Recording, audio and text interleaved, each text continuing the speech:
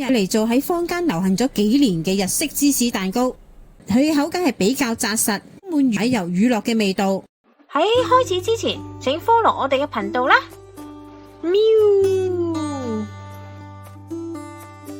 成分好簡單 ，cream cheese 奶油乳酪、牛奶、糖、麵粉、粟粉、鹽、牛油、雞蛋。方法同坊間嘅大同小異。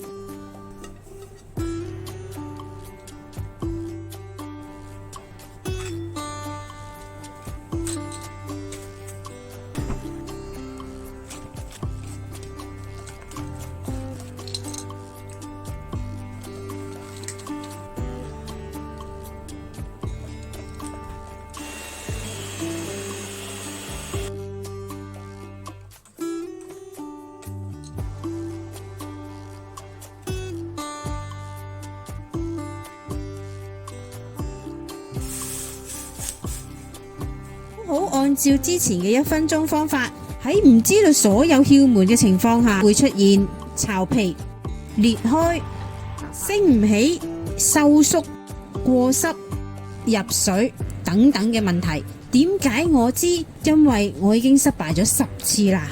同各位講解所有失敗嘅原因，同日式芝士蛋糕嘅竅門。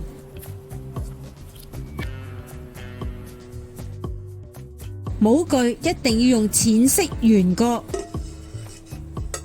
盡量唔好用活門可拆解嘅模具，除非錫紙嘅部分你包3層以上，否則都會有入水嘅風險。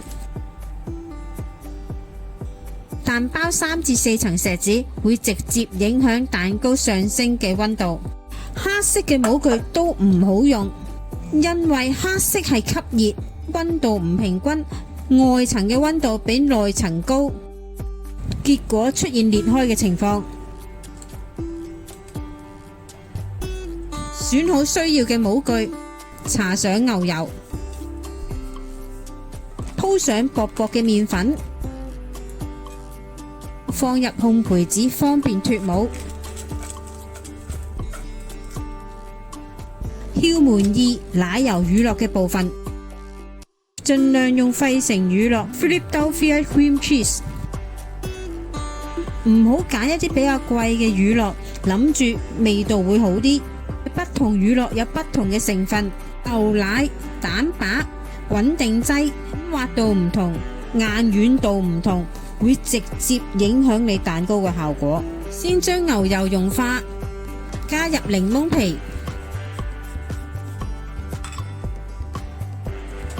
蛋黃蛋白分隔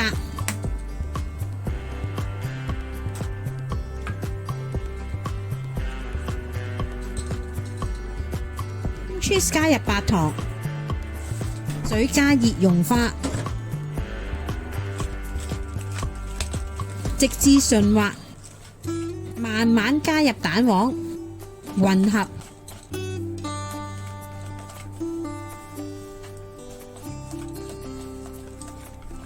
確保冇粒粒，化嘅牛油、牛奶、檸檬汁、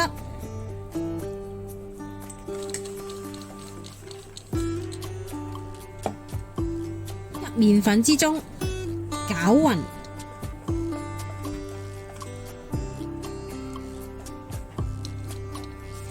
蛋白打發。加入白糖。竅門3：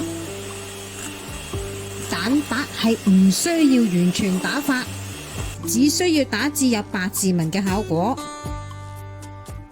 因為芝士蛋糕嘅空氣大致上都係嚟自於蛋白嘅部分，打至軟性發泡或至硬性發泡，代表蛋糕嘅空氣過多。開、回縮、上升過快嘅問題會一一出現。蛋白同麵糊以摺疊嘅形式分3次混合。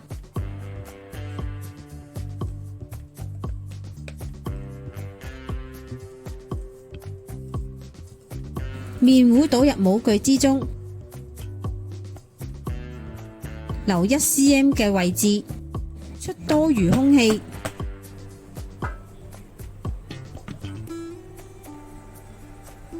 倒入熱水至模具1/3嘅位置。焗爐預熱200度，每個人嘅焗爐不同，溫度亦都不同。我所俾嘅溫度只不過為一個指標，需要以你本身焗爐為準。蛋糕入爐放至中下格，轉為170度至180度焗14至18分鐘。表面喺14分鐘之前已經轉為啡色，代表溫度過高，之後嘅溫度需要減為10度。喺14至18分鐘之內仲未上色，代表溫度過低。上色完成，可以直接進入第2階段。溫度轉為140度至150度焗12分鐘。階段1至階段2為之危險區域。第一次焗或者對你焗爐本身了解不足，最好守喺焗爐旁邊，做出即時嘅調改。膨脹得好似想要爆，即刻開門放走熱氣，閂門再繼續焗。熄爐焗20分鐘，開門少許焗10分鐘。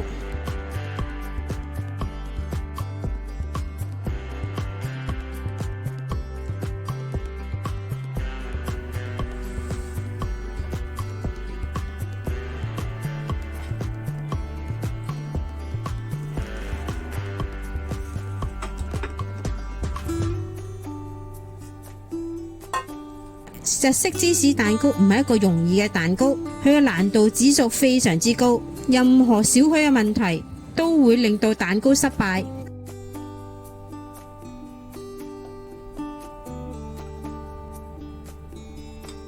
新鮮嘅日式芝士蛋糕會比較鬆軟，有彈性，雪櫃放1日會有不同嘅口感，質地會更紮實、厚積化。周末就嚟做日式芝士蛋糕啦！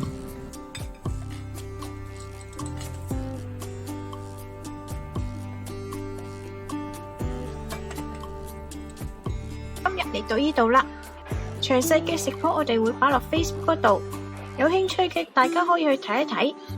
請 like 我哋嘅 Facebook 同埋 YouTube，以便獲得更多嘅資訊啦！